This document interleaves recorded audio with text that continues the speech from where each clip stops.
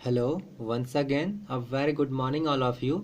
आज हम लोग इंटीग्रेशन का लेक्चर 10 डिस्कस करेंगे। इसमें भी हम लोग बाय सब्स्टिट्यूशन मेथड को ही देखेंगे। Question 1, evaluate integration sec square 4 minus 9x dx। जी हाँ, कैसे सॉल्व करेंगे? आपको दिमाग में होना चाहिए कि ये डायरेक्टली सेक स्क्वायर एक्स का इंटीग्रेशन होता है, इसलिए कोई सब्स्टिट्यूशन यूज नहीं करेंगे और यहाँ लीनियर है, ठीक है, इसलिए कोई प्रॉब्लम नहीं होगा। सेक स्क्वायर का क्या होता है इंटीग्रेशन? 10 और अंदर में जो भी है वो रहने दिए, ठीक है। तो 10 4 माइनस 9x। अच्छा, अब बताइए यहाँ ये तो लीनियर है, इस लीनियर में इस कांस्टेंट के लिए कोई प्रॉब्लम नहीं है।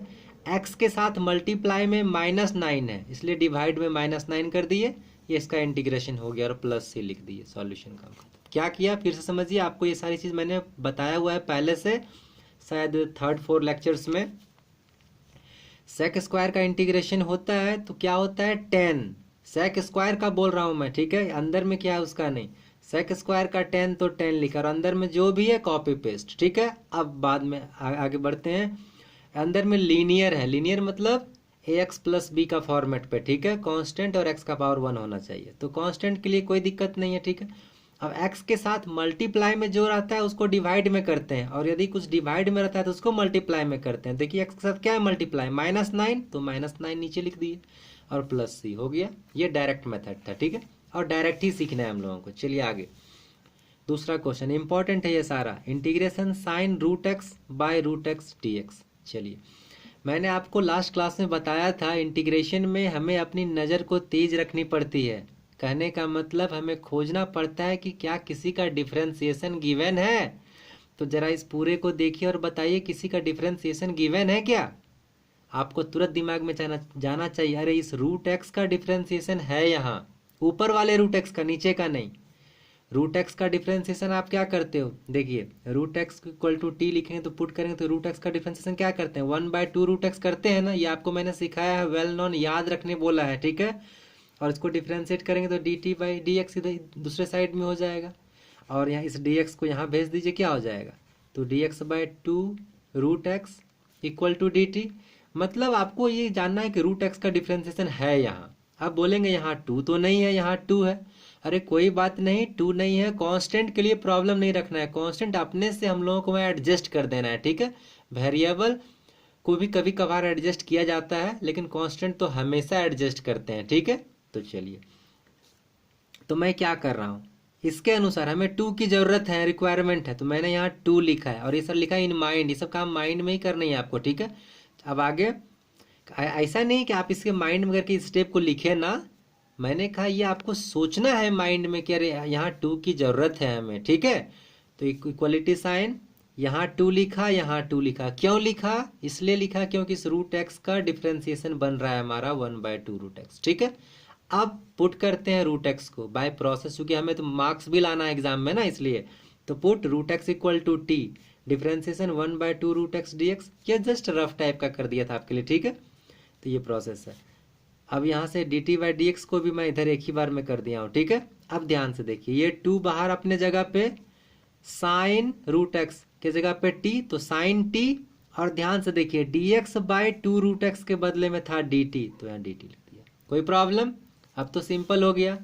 2 साइन एक्स का क्या होता है इंटीग्रेशन? माइनस कॉस एक्स, ठीक है।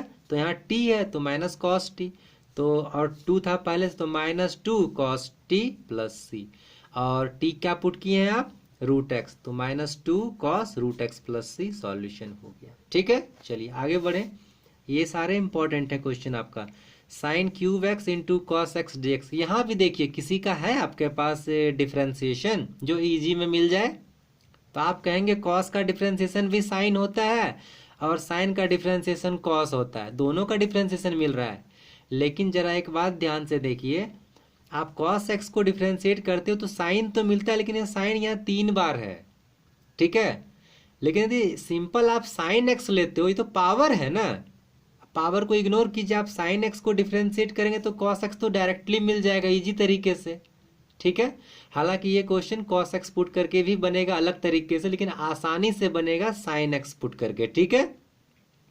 तो मैं क्या कर रहा हूं, देखिए क्वेश्चन को पहले लिख लिया हूं, साइन एक्स का पावर 3 कॉस एक्स। अब मैं इस अंदर वाले को साइन एक्स को पुट कर रहा हूं, क्यों पुट कर रहा हूं? क्योंकि cos x डिफ्रेंसिएशन मिल रहा है हमें। तो चलिए मैंने इधर लिख दिया put sin x equal to t, differentiation किया cos x dx मिल गया dt।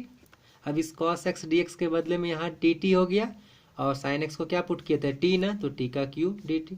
अब तो वेल नॉन फार्मूला फिर से मिल गया, x का पावर n dx क्या लिखते हैं, x का पावर n प्लस 1, और यहाँ जो है वही नीचे लिखते हैं प्लस c। तो t का पावर 3 था तो क्या हो जाएगा, t का पावर 4 हो जाएगा, 3 प्लस 1, और नीचे इसी वाले पावर को यहाँ लिख देते हैं और प्लस c।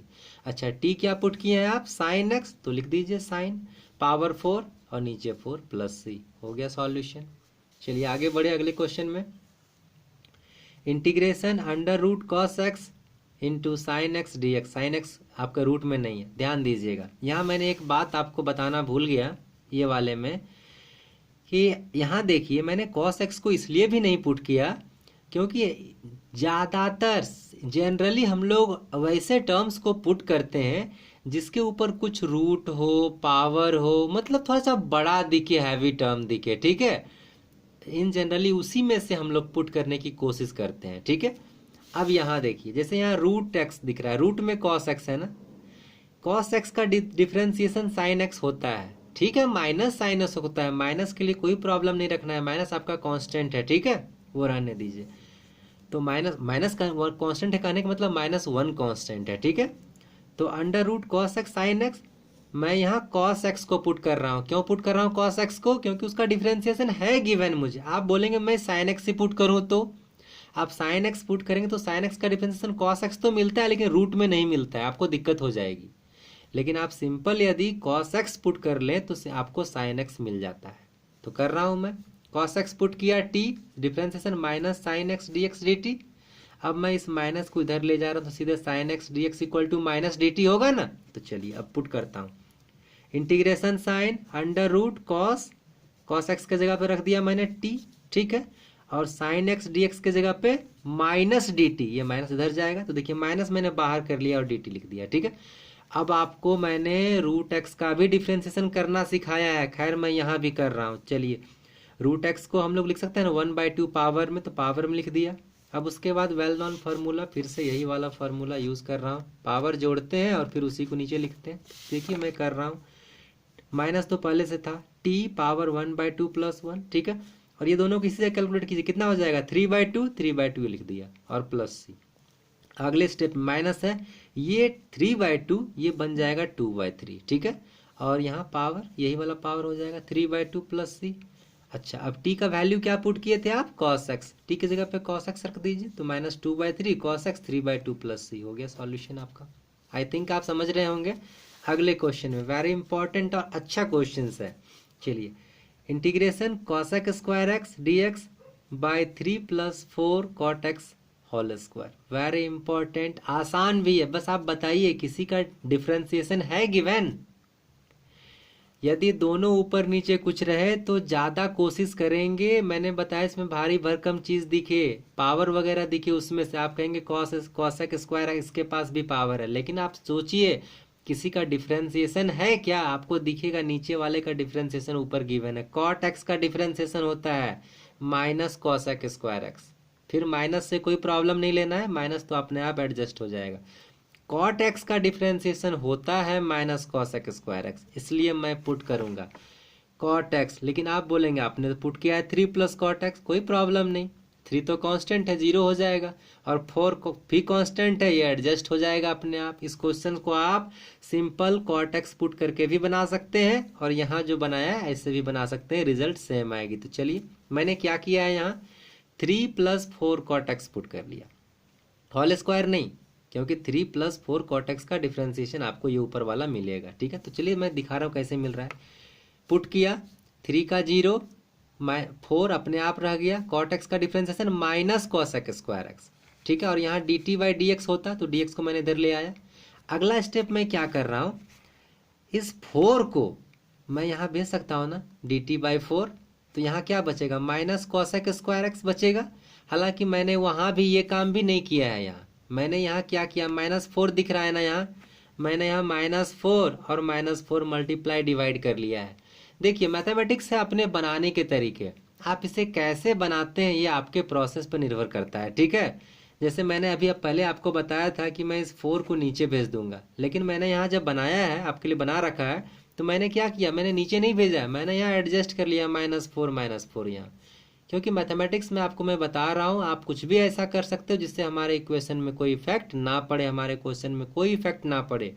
तो मैंने जैसे ये क्वेश्चन था, ये हमारा क्वेश्चन था, मैंने -4 से मल्टीप्लाई किया, -4 से डिवाइड किया। अब आप बोलोगे क्यों किया डिवाइड या मल्टीप्लाई, तो देखिए हमें यहाँ इसकी ज़रूरत हो रही थी, -4 यहाँ दिख रहा था, इसलिए मैंने -4 यहाँ कर लिया। ठीक है, तो चलिए अब -4 cosec square x d x के बदले में डी टी, तो देखिए इसके बदले में यहाँ देखिए डी टी लिख दिए, ये -1/4 पहले से है, और नीचे 3 + 4 cot x के बदले में टी, तो टी स्क्वायर हो गया।